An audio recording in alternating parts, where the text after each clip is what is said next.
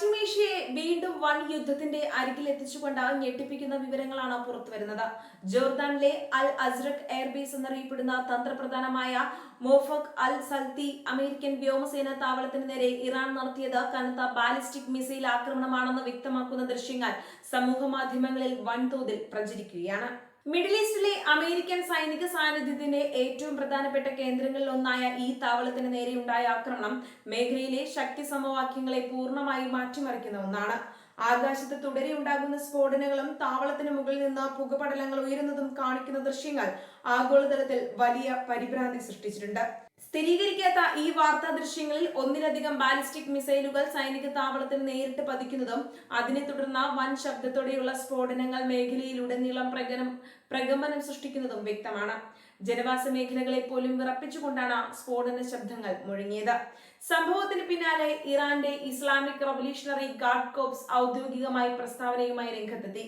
ജോർദാനിലെ US വ്യോമസേനാ താവളത്തിനും American സൈന്യത്തിന്റെ central command പ്രാദേശിക ആസ്ഥാനത്തിനും നേരെ തങ്ങളാണ് മിസൈലുകൾ അയച്ചതെന്ന് IRGC പരസ്യമായി സ്ഥിരീകരിച്ചു.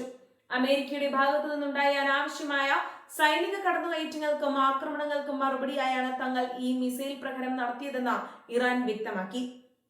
തങ്ങളുടെ സുരക്ഷയ്ക്കും പരമാധികാരത്തിനും നേരെ ഭീഷണി ഉയർത്തുന്ന അമേരിക്കൻ നീക്കങ്ങൾക്കുള്ള കൃത്യമായ സന്ദേശമാണിതെന്ന് അവർ കൂട്ടിച്ചേർത്തു. ഇറാനെതിരെയുള്ള ഭീഷണികളും ശത്രുതാപരമായ നിലപാടുകളും അമേരിക്ക തുടരുന്നിടത്തോളം കാലം തങ്ങളുടെ ഭാഗത്തു നിന്നുള്ള ആക്രമണങ്ങൾ നിന്നുപോവില്ലെന്നും ഇനിയും കടുത്ത പ്രഹരങ്ങൾ ഉണ്ടാകുമെന്നും IRGC കടുത്ത ഭാഷയിൽ അന്ത്യശാസനം നൽകി. അമേരിക്കൻ യുദ്ധവിമാനങ്ങളുടെയും രഹസ്യാന്വേഷണ പ്രവർത്തനങ്ങളുടെയും പ്രധാന താവളമായി പ്രവർത്തിക്കുന്ന മോഫക് അൽ സൽത്തി എയർബേസ് ആക്രമിക്കപ്പെട്ടത് വാഷിംഗ്ടണിന് നികത്താനാകാത്ത പ്രഹരമാണ്. മേഖലയിലെ US വ്യോമസേനാ നീക്കങ്ങളുടെ കേന്ദ്ര ബിന്ദുവാണ് ഈ സൈനിക കേന്ദ്രം. അതീവ സുരക്ഷിതമെന്ന് കരുതപ്പെട്ടിരുന്ന ഈ അമേരിക്കൻ താവളത്തിലേക്ക് ഇറാന്റെ ബാലിസ്റ്റിക് മിസൈലുകൾ കുതിച്ചെത്തിയത് അമേരിക്കയുടെ വ്യോമ പ്രതിരോധ സംവിധാനങ്ങളുടെ കാര്യക്ഷമതയെക്കുറിച്ചും വലിയ ചോദ്യങ്ങൾ ഉയർത്തുന്നുണ്ട്.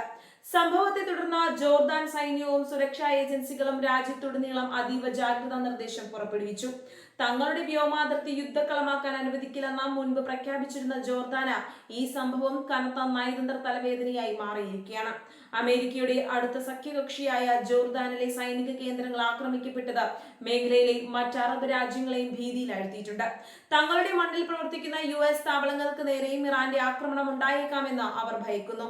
മിസൈൽ ആക്രമണം നടക്കുമ്പോൾ അമേരിക്കൻ ഭരണകൂടവും സെൻട്രൽ കമാൻഡും സാഹചര്യം വിലയിരുത്താനുള്ള അടിയന്തര യോഗങ്ങൾ വിളിച്ചു ചേർത്തു.